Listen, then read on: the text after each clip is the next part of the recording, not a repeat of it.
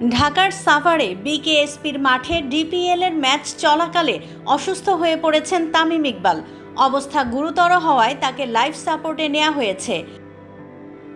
সোমবার 24 March Mohammedan sporting club ও শাইনপুকুরের মধ্যকার DPL এর ম্যাচ চলাকালে হঠাৎ বুকে ব্যথা অনুভব করেন মোহামেডানের অধিনায়ক তামিম ইকবাল।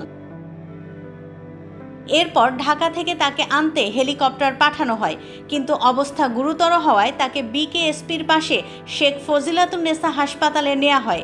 সেখানে তাকে লাইফ সাপোর্টে নেওয়া হয়। বিসিবির মিডিয়া কমিটির চেয়ারম্যান ইফতেখার রহমান মিঠু রাইজিং পিডিকে এ তথ্য নিশ্চিত করেছেন। ওয়ালটন আবারও মিলিনিয়ার অফারে ওয়ালটন ফ্রিজ কিনে আপনিও হয়ে যেতে পারেন মিলিয়নিয়ার।